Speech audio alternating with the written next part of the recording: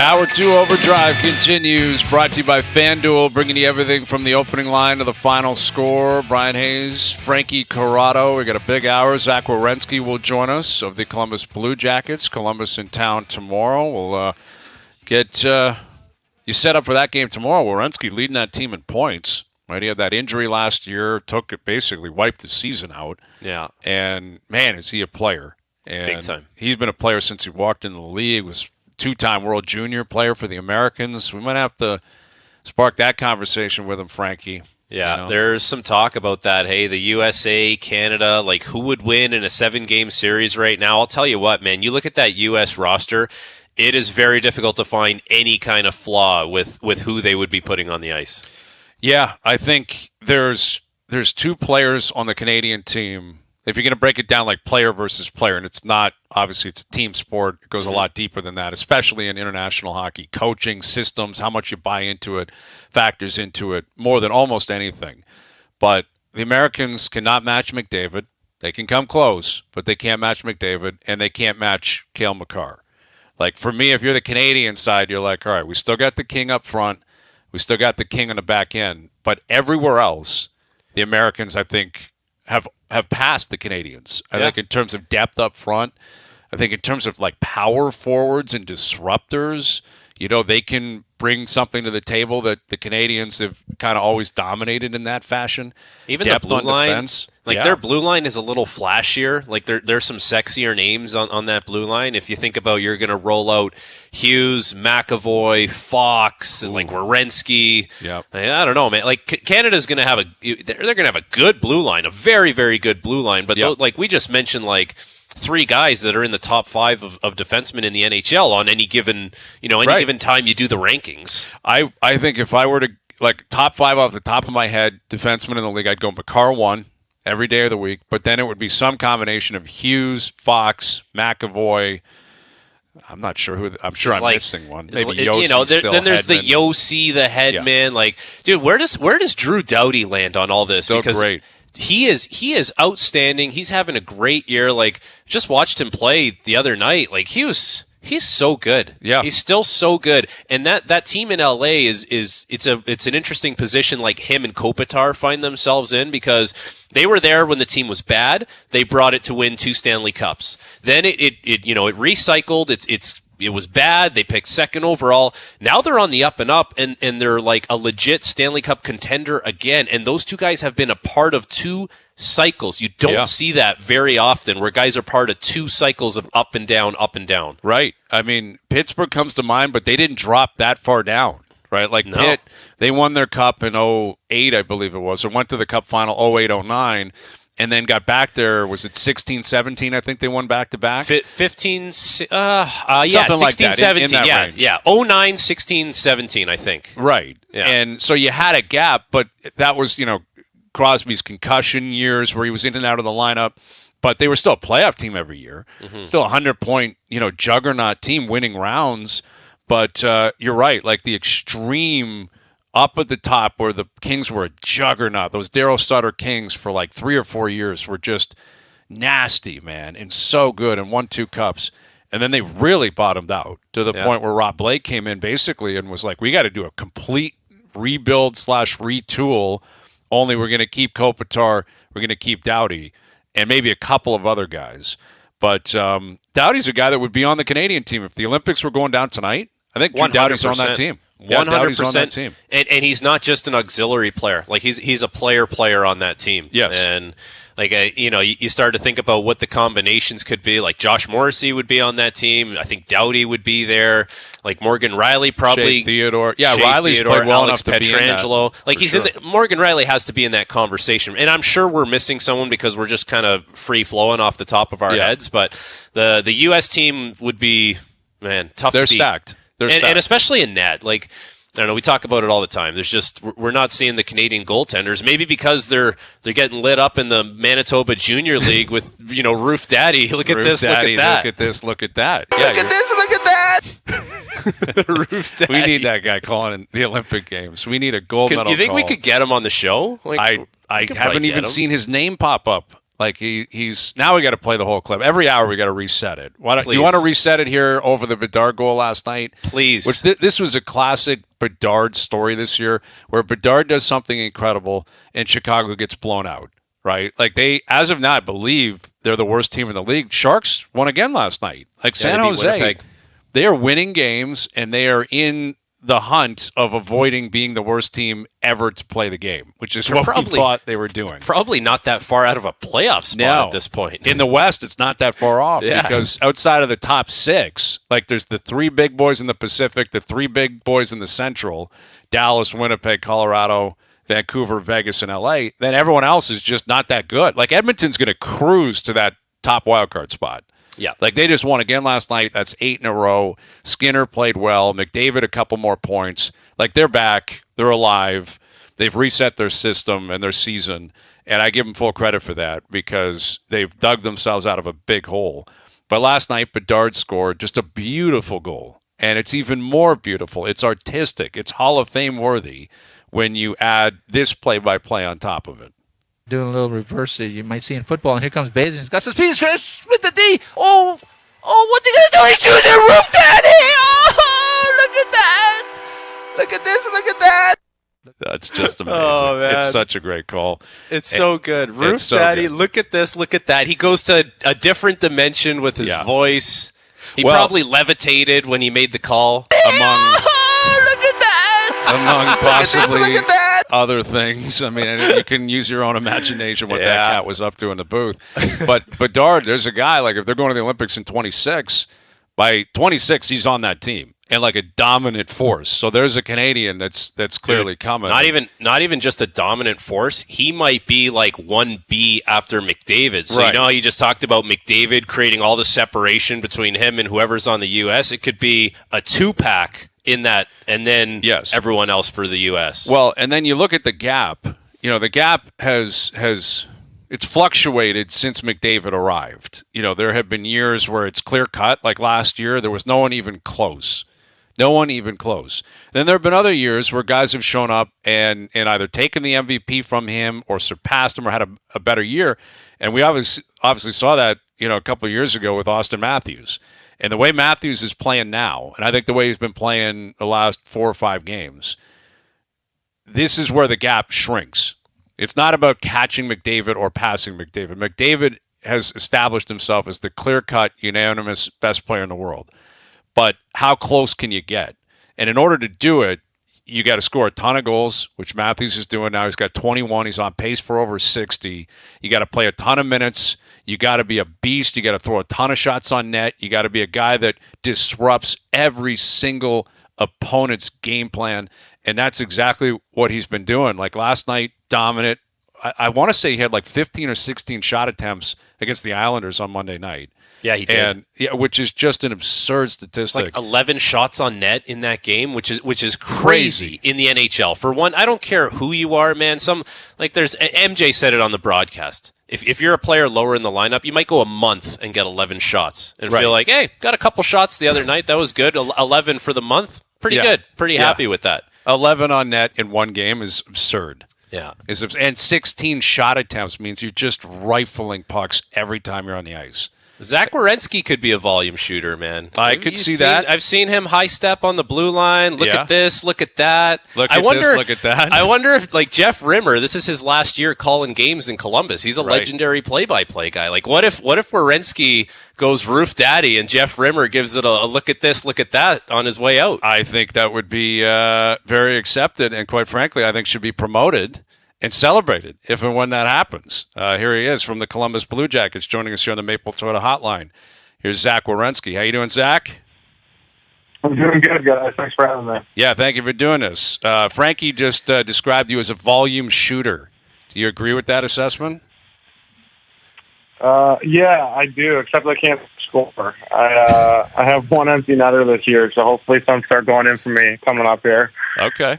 I like the empty netter. Like, what's the celebration like on an empty netter? Did you allow yourself to go a little crazy because it was the one goal this year, or what?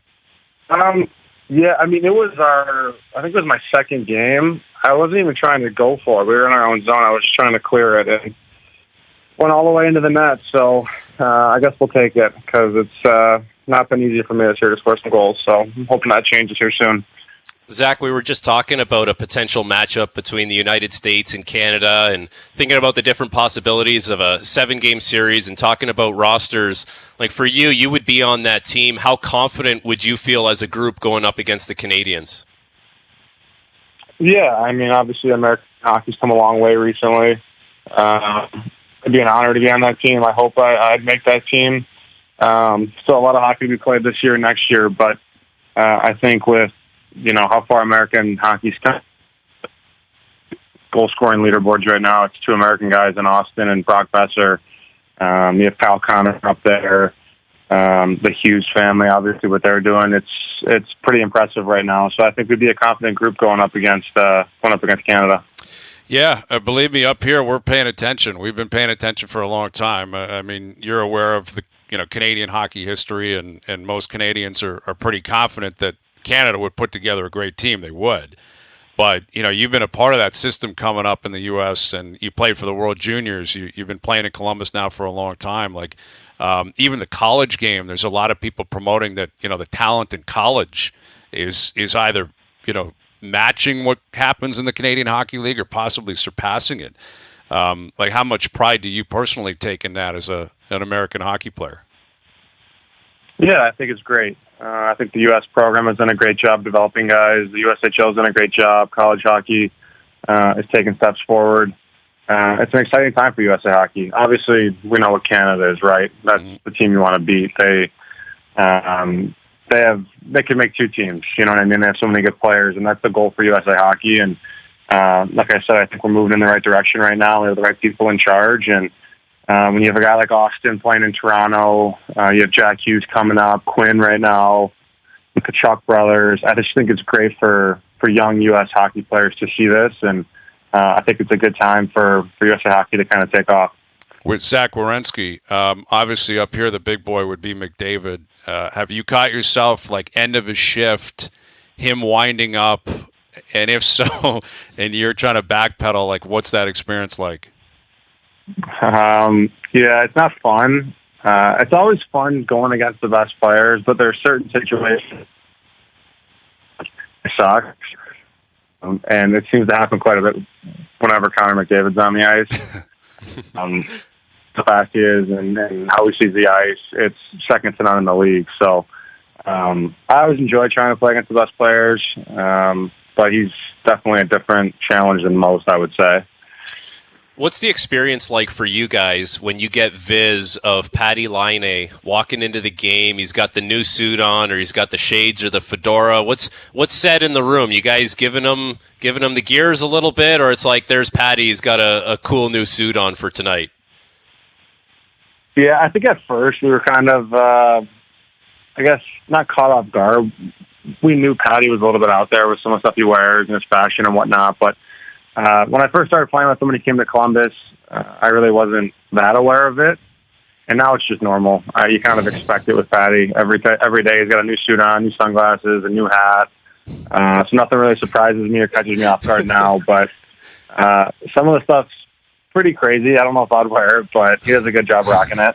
Yeah, listen, he's created his own image, man. Patrick Laine is not shy. Like, you have to see what this cat's wearing walking into the rink. We're chatting with Zach Werenski, Columbus in town tomorrow, and you guys have obviously had, an interesting season, dating back to what happened in camp with Babcock, leaving, and then Vincent coming in.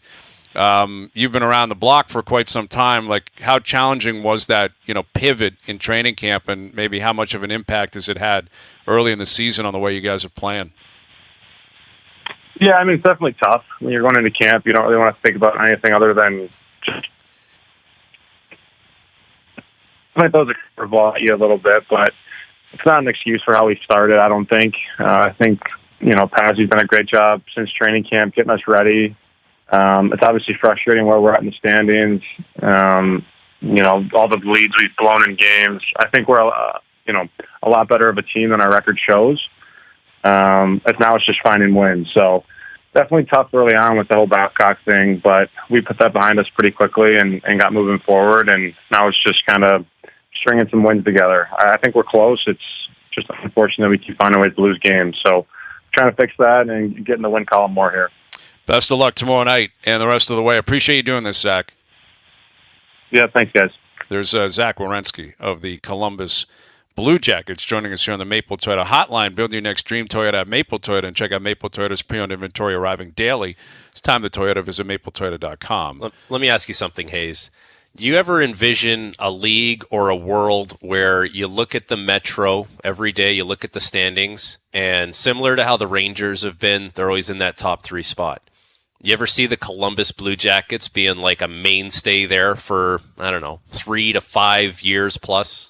It hasn't been a part of their history, right? It's hard to imagine. It is because of what their history is, So it's on them to draft, develop. Like, they face challenges like we've talked about already today and, throughout the week. There are certain teams that attract people, certain teams that don't. But you're playing in a hard cap salary where, yes, there's a roof and maybe you won't reach that ceiling, but there's also a floor. So you got to spend to that level. And ultimately, at some point, if the league is all about parity and it's moving that direction, and there is evidence that parity is a big part of what we're talking about, that should cycle, right? That means Columbus should at some point break loose.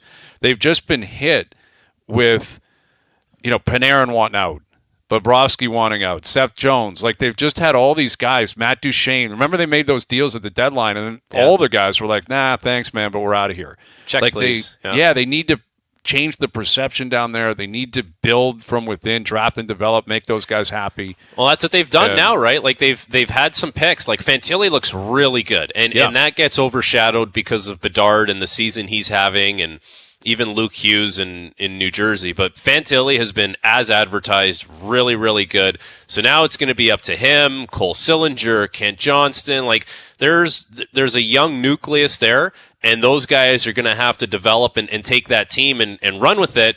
You got to hope they stick around. You got to hope they develop. Like, there's a lot of things that need to happen in order for that team to go from constantly at the bottom of the standings to, we're good. We're in the mix every year, whether it's a wild card spot or a division kind of playoff spot. Here's a question I would throw at you. Did you ever think there would be a day where you would care about the skills competition or the All-Star game or the All-Star weekend again? Because not really. Yeah, and I got to be honest, I'm starting to think that it could happen this year, where the reports have come out, the insiders were talking about it at the Board of Governors meetings, and it's starting to leak out details on what they plan on doing at the skills competition this year. The All-Star game's in town. It's in Toronto.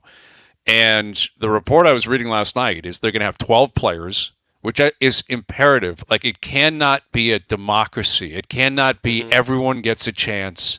Right? Every team is represented. No, you're killing your audience. No one wants to see that, because then you get scenarios where players are there that it's great for them. It's an incredible moment, but they're not true all-stars. They're not, household names. So it sounds as if they're gonna determine like 12 players. I think they're gonna pick 8, and then they're gonna allow fans to vote on the next 4, and they're gonna put $1 million on the line. And they're going to have like all these different competitions, and then it's going to start like shaving down players, like you're out, almost like a reality show based on the competitions, like a Big Brother type vibe. Yeah. And I'm intrigued. And I will say, I like the All-Star game in and of itself. I don't care much with any sport. Like, I take it as an opportunity almost to take my foot off the gas for a weekend. Like, we're so caught up in hockey, football, baseball, basketball all the time. I don't need the All-Star game because it doesn't matter. It doesn't have any effect on the standings or whatever. But the skills competition, like the NBA has been great for a long time. Slam dunk competition, the three-point competition, all these different skills competitions. Star power involved in it, right? Like, and whether they want to the be players, in it. That's the exactly. big thing. And this is what the way to drag people back into it is to make the players care about it. It's absolutely imperative that the players put their foot forward here and prove that they care about it, which means McDavid's got to do it, Matthews has got to do it, McCarr's got to do it. You got to show your personality, you got to work hard, and you got to supply some energy, because I think most fans, myself included, are like, well, I don't care because they don't care. Like, if they don't care, why would I care? These guys are, messing around. They got wigs on, and they're trying goofy different things. It's like, I don't care. It's amateur hour. put forth like a real competition where these guys are going to work at it, I'm in. I will check that out. I'm intrigued as well, and I think what you just mentioned, there's the same kind of mindset within the player group. Just because one guy cares because he's really happy to be at the All-Star game, it's like there's certain guys, they need a weekend off just like we do because we're going to check out, so they're going to go on vacation and they're going to mentally check out. I can't believe I'm going to say this, Hayes, but they almost need to take a page out of the LeBron playbook here when what he just did with the in-season tournament, where he kind of said, like, I care about this thing because there's some guys on the team that could use the extra scratch and we're going to win it for them and we're going to make sure we take care of some of our guys. And it's like, if you can't do it for yourself because maybe, $1 million or however it's going to be divided up just doesn't do it for you, I don't know, maybe there's something you can find, some kind of reasoning you could find to care about it. But the big guy has to care about it on the team, and then everyone else, like there can't be a guy third or fourth down the chain as far as the all-star players and go, I can't get into it. Exactly. Everyone needs to. One bad apple, right? It will ruin the whole bunch. And here it sounds like McDavid was very involved, like directly involved in the competitions, in, whittling it down to 12 and what's going to happen there, which means he's got to be front and center, right? Yep. Like if it's All-Star weekend, it can't be, well, I could use the weekend off. I'd rather go to Miami. No, you got to be here. And he'd be here anyway because it's in Toronto. He's still in his prime. 5, 6, 7 years from now, it might change. But McDavid's got to be involved. It's got to be Matthews. It's got we could come up with the 12 guys. Yeah, for sure. Quinn Hughes, Cale Makar, Nathan McKinnon, Leon Draisaitl. But think about what you just said there about McDavid. Like he was involved in the process, as if this guy doesn't have enough going on his plate. And it just makes everything he does that much more impressive, where he's got a team that's been faltering in the standings and they got off to a terrible start. Coach got fired. He bears a lot of that responsibility and that pressure. And then now they've turned it around. There's Stanley Cup expectations for that team. Oh, and by the way, can you take some Zoom calls with Gary Bettman and Bill Daly and help us figure out how we can revamp the All-Star game? It's so impressive. And I don't know if you guys talked about this week, but Shai Gilgeous-Alexander wins the Northern Star Award. And I just wonder, Hayes, what does McDavid have to do from an individual point of view in order to win that award?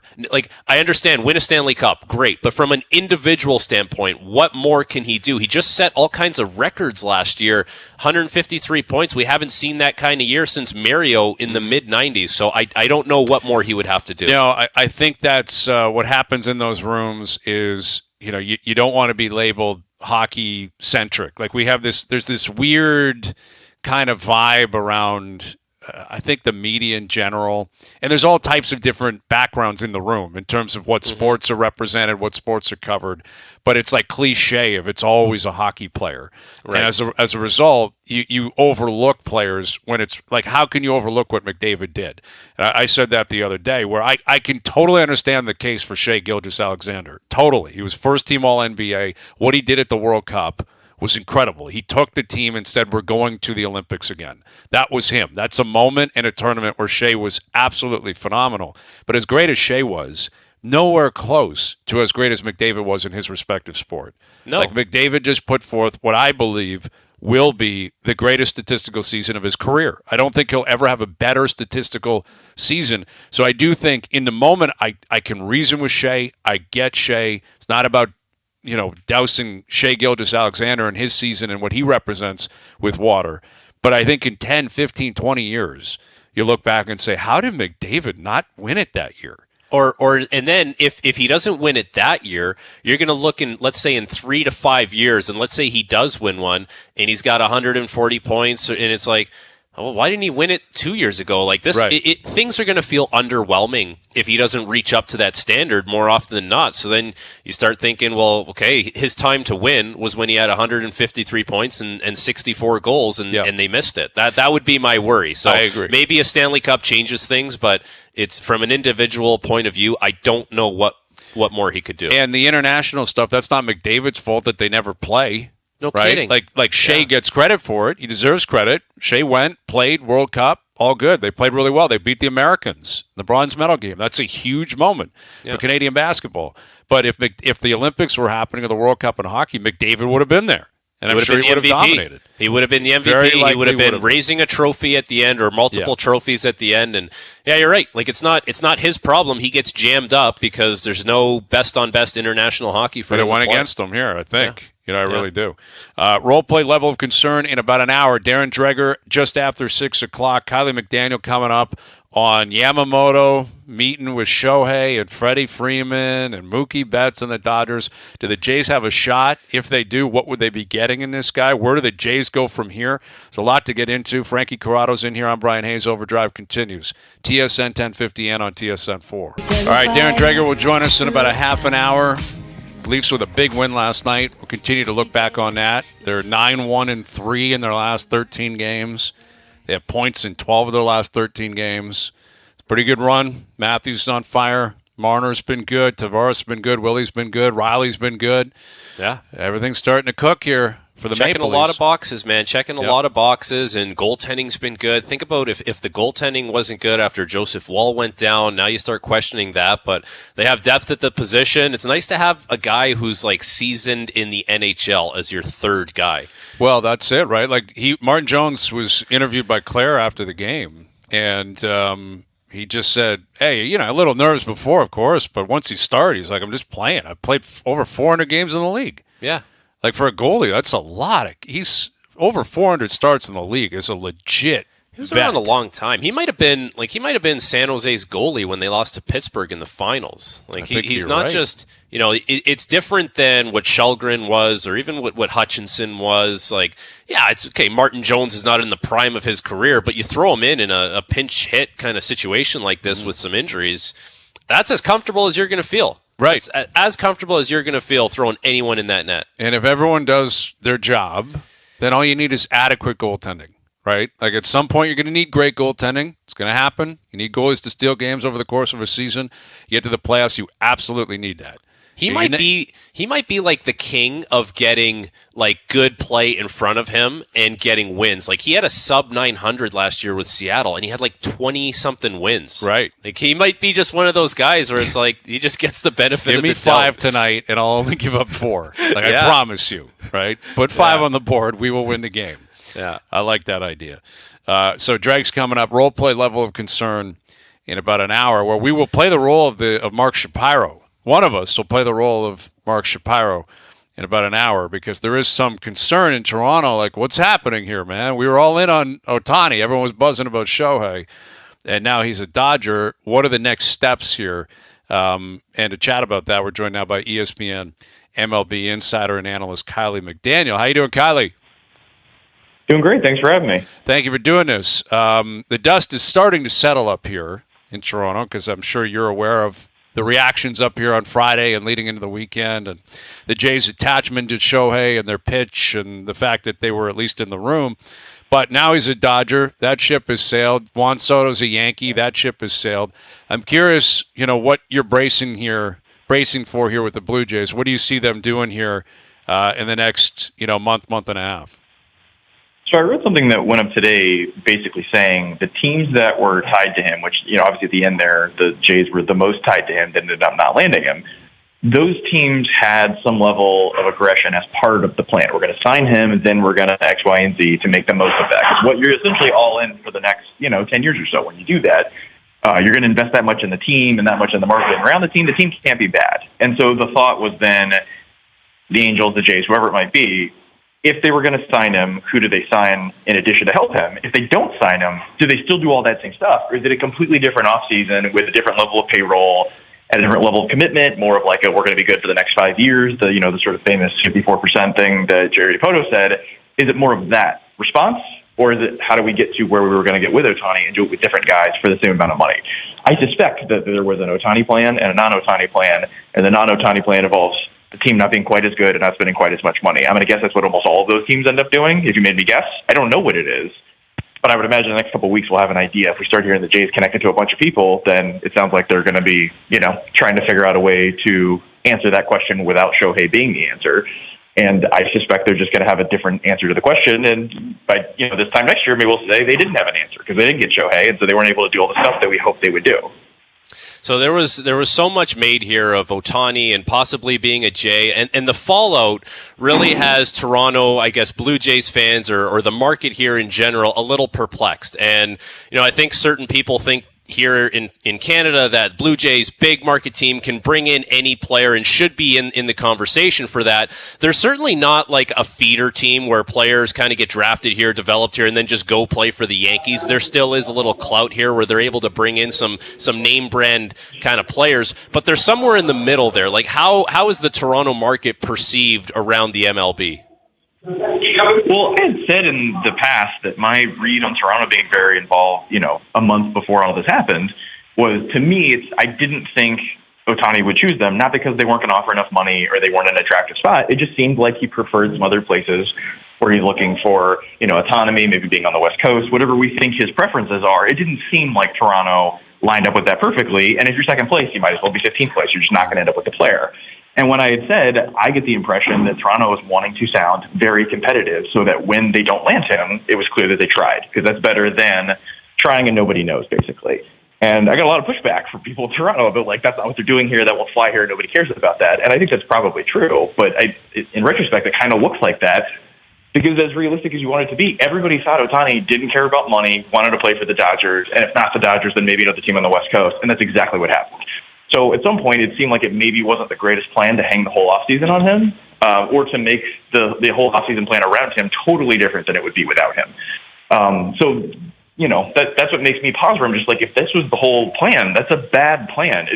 Maybe it almost worked, maybe it didn't work, however you want to break it down or how close things got. But this doesn't seem like a high probability to work, so there needs to be another plan. And, as I've said in the past year or so on the show, I'm not super confident that this Toronto organization is the best at picking out players, making good investments, making the most of it. There's a lot of guys getting paid retail prices and free agency on this team, or like Barrios, who got an extension essentially at a free agent price, that aren't quite doing it. And then guys like Vlad Jr. and Bo Bichette, who need to be cornerstone, slam dunk, every year all-star appearance guys, who aren't quite performing at that level. And I don't know what the answer is or what exactly is not working, but the perennial contenders where it always kind of works, they don't really have those sorts of problems.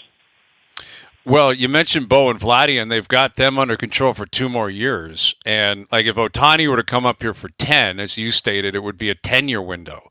But now that that's not the case, do you see the Blue Jays, Mark Shapiro, Ross Atkins, they've pumped a ton of money into the stadium, as I know you know, Kiley. This is year 2 of the renovations. We're talking hundreds of millions of dollars. They're jacking ticket prices. But do you look at them as a 2-year window here? They got to capitalize on Bo and Vladdy under team control, or because those 2 players, and Vladdy in particular, have taken a step back, maybe they need to widen their lens. Well, I would also say the farm system is, when you look at, Tiedemann and Addison Barger and Rolfs Martinez, you could argue the 3 best prospects, certainly the 3 closest, but 3 of the top 5 best at least, and Tiedemann clearly the best. They're all going to be in the big leagues next year. So there's an argument that if you don't fix Bo and Vlad, you're probably not going to be good. You're probably not going to outspend your way to get past them being just pretty good instead of really good. And you got those guys coming up. So if you're not trading those guys to get 4 years of control of, a really good player, if those guys are coming up now and you're keeping them, and then all of a sudden Bo and Vladdy, you're not sure if they're going to be there in 2 years, then yeah, you kind of have to be in a go for it, whatever version of that it becomes. And it could be, maybe don't spend as much money as you would have spent in the scenario where you get Ohtani, but then maybe Tiedemann or Rolfs Martinez, Barger, and those guys become more of a factor. And then Vila and Brandon Barriera become the guys you can possibly trade to prop that up for the 2-year run that you're really going for right here. Because if there's any sort of step back, or we just want to be good for the next 2 to 3 years, but we're not going to go in any 1 year, that's not going to work. We've seen enough with these teams in the past, whether it's Cleveland or Tampa, that try to just be good every year but never push their chips in any 1 year. There's a reason they don't win the World Series. It's because either the players know that you're not going all in, or there's something to be said for proactively fixing your holes at the trade deadline. You kind of have to push your chips in at least a good bit, if not all the way in, to actually win. But is that the goal? Is the goal to just make the playoffs every year and be competitive and make it seem like we're trying real hard? Or is it to win a World Series specifically in the next year or 2? Because while that might sound like a silly question, you'd be shocked how many teams the answer is not to win a World Series in the next year or 2. We'd love to do that. We're trying to win 60% of our games over the next couple of years and be competitive and not miss the playoffs. A bunch of sort of ham-handed answers to what should be a very very specific question with a specific answer. That's not how these teams are run, and I wonder if Toronto's one of those teams. Well, the AL East is always such a strong division, and I wonder now, like, does it get lost in the shuffle that the Jays have missed a window here where the Yankees weren't great, the Red Sox weren't great, and that is only going to last so long? Like, and the Yankees bring in Juan Soto now, like, is there enough going around the Jays here where teams are improving that the Jays could get lost in the shuffle? Well, I would argue that's another reason why you should go for it now, because maybe the Yankees bounce back, maybe they don't. The Red Sox, I don't think, are going to be a huge threat this year. The Orioles are still not spending money, so while they're a very good young team, they could take a step back because they're not bringing in a bunch of veteran presence and, you know, high-end players of that sort. And obviously Tampa, like, will always be competitive, but like I said, for the way they run the team, they don't win the World Series for, I think, reasons that are somewhat predictable. So if the Jays do, like, we're just going to go all in, everybody that's not in the big leagues this year is not of consequence to us, we're going to move all of our assets, as you were, into making the big league team good this year, like that strategically makes sense. But again, that's the antithesis of what Shapiro has been doing in Cleveland, and I would argue in Toronto as well. So while that might strategically make sense, I would say the Yankees were doing a version of that, and then realized, like, people might get fired if we don't fix it, and so now they're moving all in for this year and trading for Soto. Like, they made the adjustment. And I kind of wonder if Toronto is willing to pivot like that, because I think I knew what their mindset was the last couple of years, and I kind of wonder if it is different, or if the Ohtani was just a one-off thing where we're going to try to sign him, and if we don't sign him, we'll just go back to what we were doing before. With Kiley McDaniel of ESPN, Soto in New York, it sounds like the Yankees, the Mets, the Dodgers are in on Yoshi Yamamoto, who's over here, and I guess he had a meeting with the Dodgers, and in walks Shohei Ohtani, in walks Freddie Freeman, Mookie Betts. That's heavy, man. And they're barely paying Ohtani anything, so they have money for him. Everyone wonders what this guy is. Like, we know he's got an incredible arm. He's racked up incredible amounts of innings and accolades in Japan. He's coming over here in his mid-20s. But how good is Yamamoto? How good will he be as a major leaguer? And do you have a read on where you think he's going to sign? Well, I think it's going to be not the same, but similar to Ohtani's two different pursuits, where the first time he came over, if he would have waited a couple of years, he could have signed for over $100 million the first time, but then opted to sign for a couple million and get to control where he went. And then obviously this time, it sounds like he probably left some money on the table, both in nominal dollars. He could have gotten a little more from another team, it sounds like, if he really pushed, and could have probably gotten more NPV in, present dollars in a deal. It sounds like Yamamoto is going to get offered, we'll call it give or take $250 million before posting by a bunch of teams. And so then he basically can say, well, I can maybe, scratch out 263 from this team and 251 from that team. At that point, you pick where you want to go. Because he's going to be signing for 7, 8, maybe 9 years. So it's more important to be there. Or if you're focused on money, the taxes and the places you're going, things like that.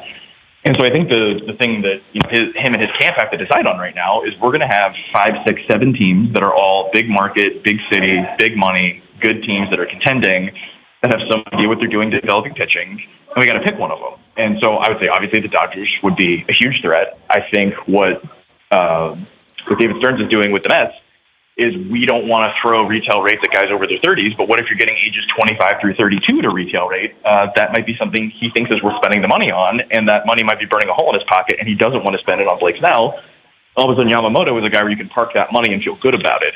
And so that's why it's so hard to predict where he's going to go, because you could see Yankees totally make sense. Mets totally make sense. Jays, I think, would make some sense. The Dodgers totally make sense. And so when you have that many teams offering roughly the same amount of money, it comes down to what he wants, which is, again, what Ohtani just did. So obviously they have a lot of things in common, but I think more than that, they might be two of the most recent sort of mega deal free agents where, like, who offers the most money within a margin for error within 10% of each other doesn't really matter. It's where do they want to go. And he's worth it? Is he worth it in your opinion? Like, how is this guy an immediate Cy Young contender? Yes. I think comparing to recent NPB pitchers, I think every evaluator I've talked to thinks he's a full notch ahead of Kodai Senga, who almost won Rookie of the Year and I believe got some Cy Young votes. Mm-hmm. I think people think he's a better pure pitcher than Shohei Ohtani is. And I think as a domestic comp, if you were to just go look at a guy who's like somewhat similar, not perfect example, but somewhat similar, be Aaron Nola. Go look at him ages 25 through 32 and just add up all the WAR. It adds up to a contract that should be worth over $200 million. And that's a guy that I think is maybe a little lower than what people are projecting. Some people are saying Tim Lincecum without the injury issues and maybe a little bit bigger and stronger. Like there's a lot of sort of lofty names getting thrown around. But even if he's just pretty good, like Aaron Nola, Sonny Gray, that kind of guy, because you're getting him at these ages and you don't have to give up draft picks to your young players, like he's worth $200 million to even like Tampa Bay would be willing to pay him that much. He'd be worth that much to them. And so then if you think he's a big market last piece of the puzzle, you don't want to give up draft picks, that kind of thing, you could argue he's worth up to $300 million in the full package, thinking you'll get something maybe not quite as good as Garrett Cole, but like in the ballpark and at better agents. Ooh, man. All right. We'll see. Really appreciate you doing this as always. Thank you, Kiley. Yep. Thanks for having me. Kiley McDaniel of ESPN. Yeah, Yoshi, it's a great handle too. Yoshi Yamamoto. Yeah.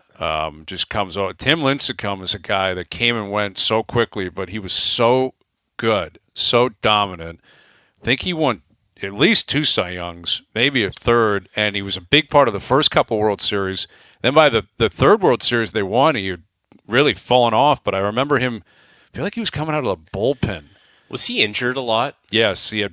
Remember the funky delivery and then injuries. That's what it is. I have vivid memories of watching this guy and just seeing his body contort on the mound. It was crazy to watch him pitch, but he was so good. Like he was legitimately, and you look at the NL West, it was him and Kershaw. Like Kershaw was just coming up. The two of them were just dominating, just torching teams. I don't know if are the Giants good anymore? I don't know if they're going to be good for the foreseeable future. Maybe they're better than I think. They keep missing, right? Yeah. They were in on Judge, didn't get him. They were in on Ohtani. Like their GM, I think, came out on the record and said, we offered basically the exact same deal to Ohtani. So we were in on him, and he chose L.A. San Fran, like it's such a storied franchise. It's a great franchise. But, the glory years of, Lincecum and Buster Posey, et cetera, winning all the time. It seemed like they won 3 World Series, I want to say, in 5 years. Yeah. 5 or 6 years. That's the danger, man. It's not like any team is susceptible to that, where they're going to roll into some tough times for a little bit. Like Kyle even talked about the Red Sox. Mm-hmm. Yeah, the Red Sox are in the AL East. They're in tough. They're good, but they're not great. They're not pushing to win that division. They're not a factor. Not even close. No, the Orioles are more of a factor than the Red Sox. Big time. Yeah. And again, the Sox, they once they got over the hump in 04, and they won again in 07. They won again. What do they have? 4, I think. Did they win in 11 and 18 or something? There was a lot of parades in the they won a greater they've won Boston a bunch. Area. But really, since that run, like ever since the Mookie Betts trade, like the Betts deal was a sign of ownership taking on a different approach. They wouldn't pay him. He's been worth every single penny. And ever since then, it's been patchwork, man. They've had injury issues. Pitching's been bad. Yeah. And but at the same time, you expect at some point the Sox will come out of it. Like the Yankees will come. They're not just going to be, basement dwelling for 20 years. Like that's not going to happen. Yeah. Darren Dreger in about 20 minutes. Role play level of concern in about 45. Overdrive continues. TSN 1050 and on the TSN app. All right, every weekday we announce a current or former Maple Leaf player. On Fridays, you have a chance to call in and name the Maple Leaf lineup of the week. Name all the players in the lineup. You score a pair of tickets to an upcoming Leaf game. This week we're giving away tickets to see Leafs Rangers December 19th. There will be a John Tavares ceremony before the game. Love it. Yes, the 1,000 point ceremony before the game, which is really cool. These are big tickets, man. And we're throwing in a pair of, or a $250 Vanilla Visa prepaid card. With each pair of tickets to make it the ultimate game night, Vanilla Visa prepaid cards are available for purchase at Petro-Canada. Your player of the day is Colton Orr. Colton Orr, which is a Maple Leaf and Ranger alumni. Yeah, fan favorite, too. One of the toughest dudes ever. Man, he fought violently. Yes. Like he just threw bombs, and he'd take bombs. Like, remember his fights with Karkner and with Peros? Karkner. The Karkner fights were gross. That guy's nails, Karkner, man. He was in the O when I was in the O, and I remember he was up in Peterborough, and he was a legit player. Like I'm pretty sure he was their captain, but he was so tough that he didn't have to fight, and he was good. So it was like he plays the game, and he's a veteran, and he's the captain. But I remember when I got into the league, there were that's when there were goons on teams. Like there were guys that literally were in the league just to fight. Yeah. And I remember talking to vets like before we played Peterborough, and it was like understood, even though he's probably not going to fight, doesn't have to, like, do not touch that cat. Like, don't go close to him. Don't mess with him. like just the toughest guy in the league, arguably. Colton Orr, like I played against him too, and he just had this look where you just knew he was a super tough guy. Like the way he had this like weird heel curve on his stick. It looked like a pitchfork out there. He just looked like such a mucker and a grinder, and he was so nails, and he would go anybody. He would go anybody. Yeah. And I think he's coaching women's hockey now. Really? I could be mistaken, but I think he's coaching women's hockey. Awesome. He's in that world, I think. There you go. Well, the PWHL it's getting real close to go time. January 1st, right? They're firing it up. 3 weeks away from the league getting started. I'm looking forward to that. I'm going to get my girls down to a few games. I'm looking forward to it. They're jacked. We're all jacked. It's going to be great. That'll be cool. All right, Darren Dreger coming up in the next hour. Craig Berube is out down in St. Louis. How long will he be out of a job if he doesn't want to be out of a job? We'll get into that with Dregs. Ottawa again last night. Brady Tkachuk hates a penalty shot. We'll talk about that. The Leafs with a big win. Role play level of concern coming up as well. Final hour up next. Overdrive continues. TSN 1050, soon to be up on TSN 2.